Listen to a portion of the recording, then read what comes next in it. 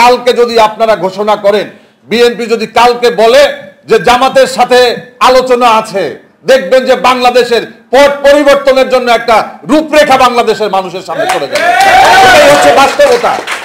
আমাদের সাথে 30 দলের সাথে 64 দলের সাথে আপনারা বসেছেন।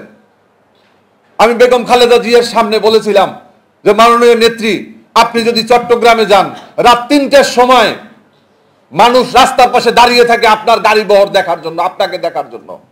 তিনি বলেছেন যে চট্টগ্রামে আমি যাব না, আমাদের এখান থেকে আপনারা যান। আমাদের শীর্ষ এক নেতাকে বলছিলেন, আমি নাম বলবো না, তখন আমি বলছি তার সামনে, সেই আমার দিকে চোখ রাঙে তাকাইছিলেন। আমি বলছি, নেত্রী আমরা যদি যাই, আপনার অ্যাবসেন্সে আমরা সবাই গেলেও দিনের বেলায়ও মানুষ আমার দিকে তাকায় দেখে না। আপনি হচ্ছেন আপনাদের দেশ নেত্রী, আপনার ছবির সাথে আমরা আপনার সাথে আছি, এই জন্য আমরা আলোকিত। বাস্তবতা হচ্ছে আমরা সবাই বিচ্ছিন্ন বিক্ষিপ্তভাবে আন্দোলন সংগ্রাম করে এই জালেমের জুলুম থেকে এদেশের মানুষকে মুক্ত করা সম্ভব না।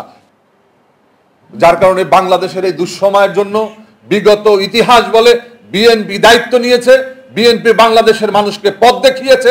সমস্ত ডানপন্থী বামপন্থী, সেই শাহাজিজ থেকে শুরু করে একবারে সেই ন্যাপের নেতা মশিউর রহমান জাদু মিয়া কোথা থেকে কোথায়, আবার সে দেখেছি যে বামপন্থী সাম্যবাদী দলের নেতাদেরকেও সে একই জায়গায় নিয়েছেন।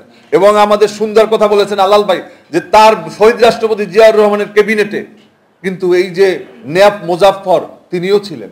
তিনি সমস্ত দল থেকে কিন্তু এমপি বানিয়েছিলেন।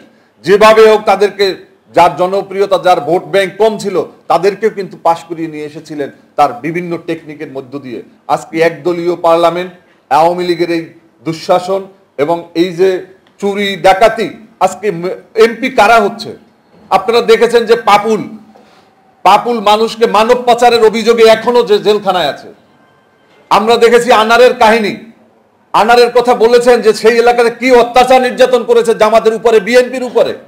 আপনারা দেখেছেন যে এই যে বদি, তিনি হচ্ছে ইয়াবা সম্রাট, তিনি নাকি ইয়াবা মাদক মুক্ত এলাকা গড়ার জন্য যে কমিটি হয়েছে, সেই কমিটির প্রধান করা হয়েছে এই আব্দুর রহমান বদিকে।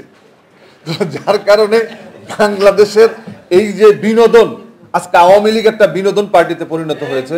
আপনারা দেখেছেন যে এই ওবায়দুল কাদের, যিনি একটা কথা বলেছেন যে তলে তলে তলে, সাংবাদিকরা জিজ্ঞাসা করছেন যে আপনি তলে তলে বললেন কেন, বলছে খায়।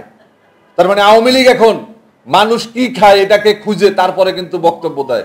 এটা জনগণের বক্তব্য, বাস্তবতার সাথে তাদের সাথে কোনো মিল নাই। বাংলাদেশের সমস্ত ব্যাংকগুলোকে তারা শেষ করেছে। আপনারা দেখেছেন যে আওয়ামী লীগের আমলে যেই ব্যাংকগুলো তৈরি হয়েছে, যেই ব্যাংকগুলোর লাইসেন্স দিয়েছে, সেই ব্যাংকগুলো আজকে কিন্তু দেউলিয়া হয়ে গিয়েছে।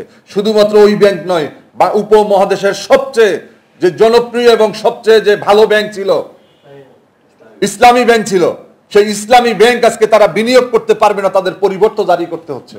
আজকে সেখানে দেখলাম যে কয়েকশো ভরি স্বর্ণ তা উধাও হয়ে গিয়েছে। বাংলাদেশ ব্যাংক আজকে রক্ষক আজ ভক্ষকের ভূমিকায়। বাংলাদেশ ব্যাংক সমস্ত ব্যাংকগুলোকে নিয়ন্ত্রণ করবে, সেই বাংলাদেশ ব্যাংকেরই টাকা নাই, সেই বাংলাদেশ ব্যাংকেরই স্বর্ণটাই বল থেকে হারিয়ে যাচ্ছে। আজকে কয়লা চলে যাচ্ছে, যার কারণে এই সমস্ত জায়গাগুলোর জায়গা হচ্ছে একটা।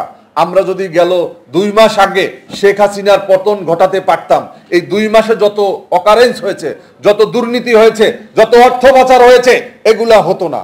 আমরা যদি 10 বছর আগে শেখ হাসিনাকে ক্ষমতা থেকে হটাতে পারতাম, এই 10 বছরে যেই সমস্ত অপকর্ম হয়েছে, বাংলাদেশকে ধ্বংসের কিনারায় নেওয়া হয়েছে, এই কাজগুলো হতো না। যার কারণে বলবো, এক একটা দিন নয়, এক একটা সেকেন্ডই এদেশের মানুষের কাছে এক একটা দিন, এক একটা মাসের সমান।